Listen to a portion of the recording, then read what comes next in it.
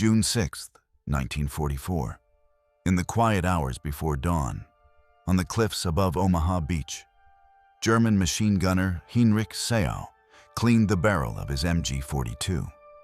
In his pocket, he carried a letter from his girlfriend in Metzingen, filled with promises of reunion after the war's inevitable victory. Just days earlier, Field Marshal Rommel had personally inspected Seau's position and declared, "When they come, this beach will be their cemetery."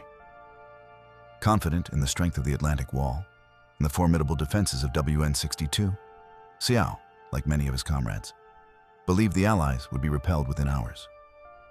What he couldn't know was that within 12 hours, he'd be weeping in that same bunker, surrounded by 13,500 empty shell casings, his gun barrel warped from heat, watching an endless wave of enemy soldiers emerge from the sea.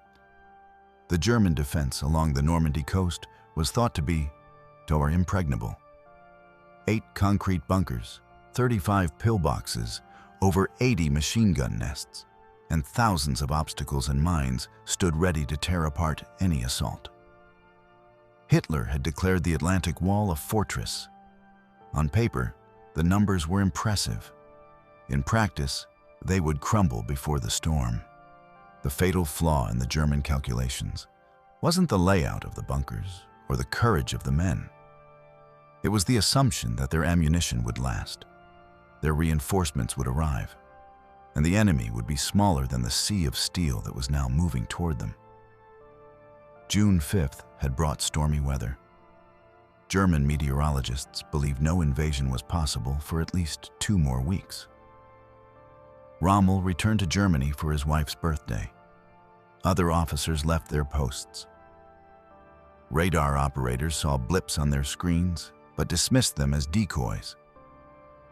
Even when paratroopers began landing in the early morning hours of June 6th, reports were confused. Some said American, some British. Some claimed they were dummies with firecrackers. The German command hesitated, frozen by uncertainty. One commander, Hans von Luck, later wrote, "I knew then we were lost.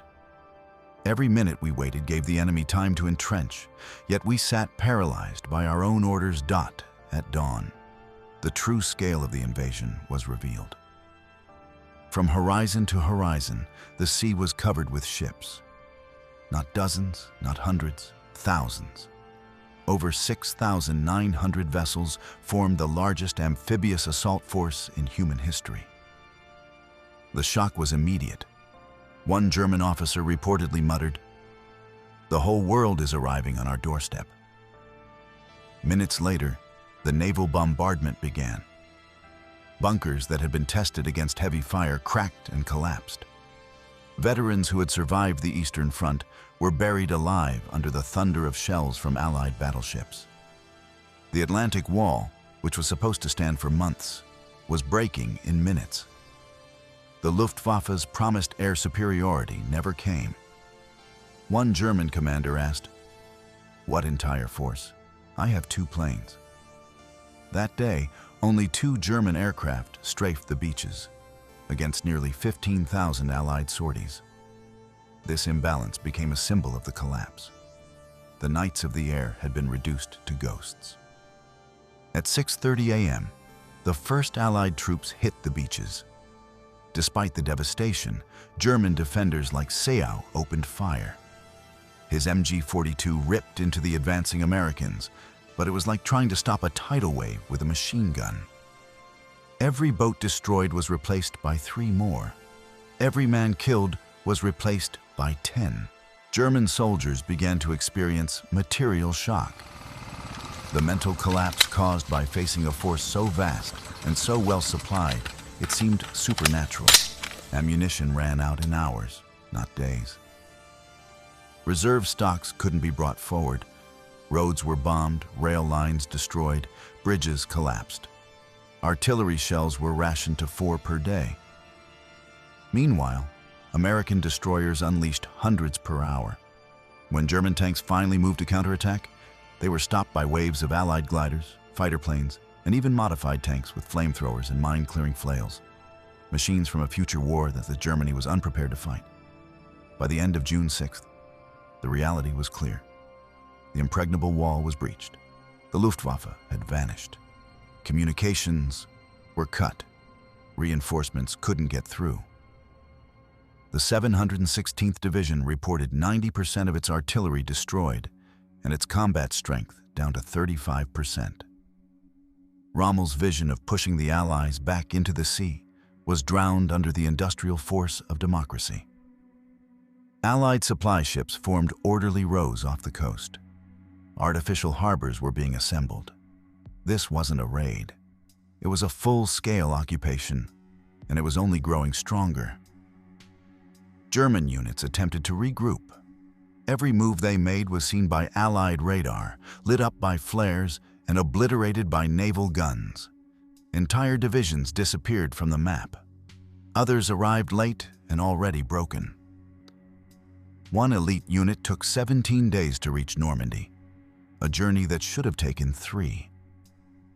Allied forces were landing 15,000 tons of supplies a day, more than the German army in Normandy consumed in a week. The psychological impact was devastating. Officers asked themselves, if we can't even reach the battlefield intact, how can we win? By mid-June, the German line was crumbling. Entire regiments ceased to exist. Soldiers no longer believed in their orders. One elite paratrooper commander reported, "The survivors are psychologically broken." German victories, like Michael Wittmann's tank ambush, were hailed by propaganda but strategically meaningless.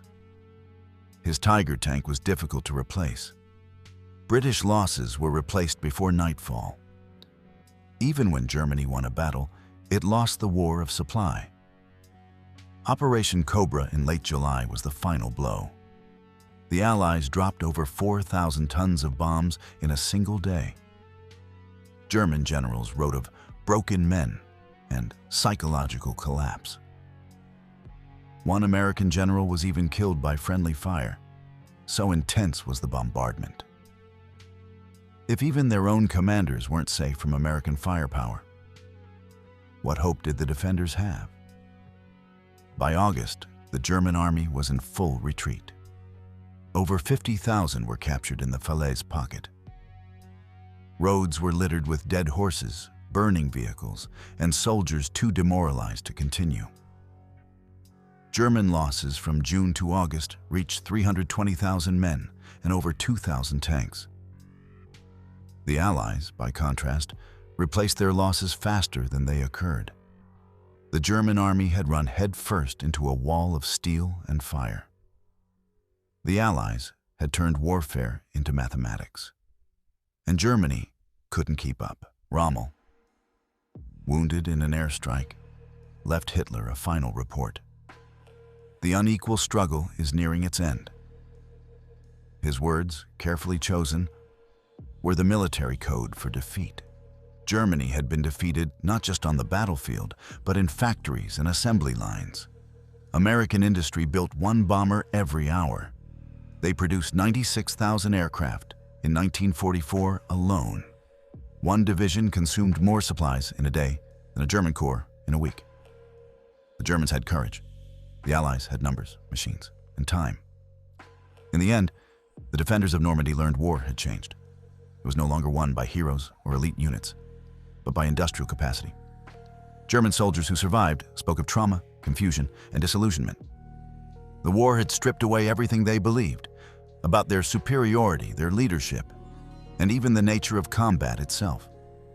One paratrooper put it simply, "We had challenged the world's greatest industrial power with horses and outdated dreams." The beach they believed would be a grave for the Allies became a grave for their illusions instead. On D-Day, they tried to hold back a tide with bullets, but the tide never stopped.